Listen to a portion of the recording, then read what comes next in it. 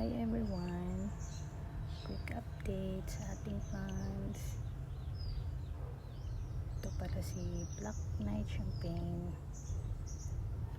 Kulang na talaga sa sun exposure guys kasi palaging umuulan dito sa amin. And na-observe nyo ba yung leaves niya? Hindi na alternate. So parang straight line na sila. Pero makakorek lang ito pag maarawan na siya ng 6 hours.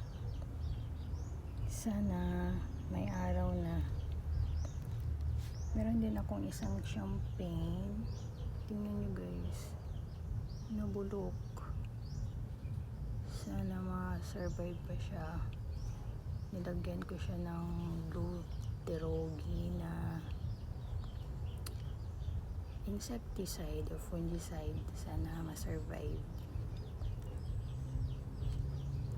Ito pala yung collection ko ng champagne.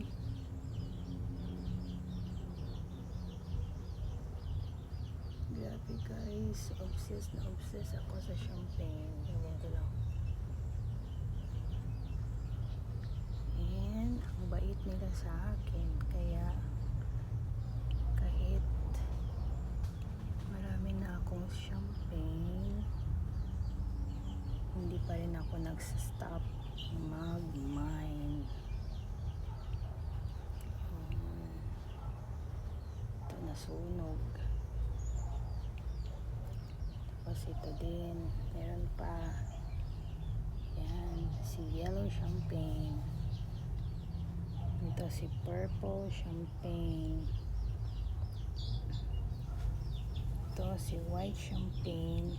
At soon ma-propagate ko na to siya.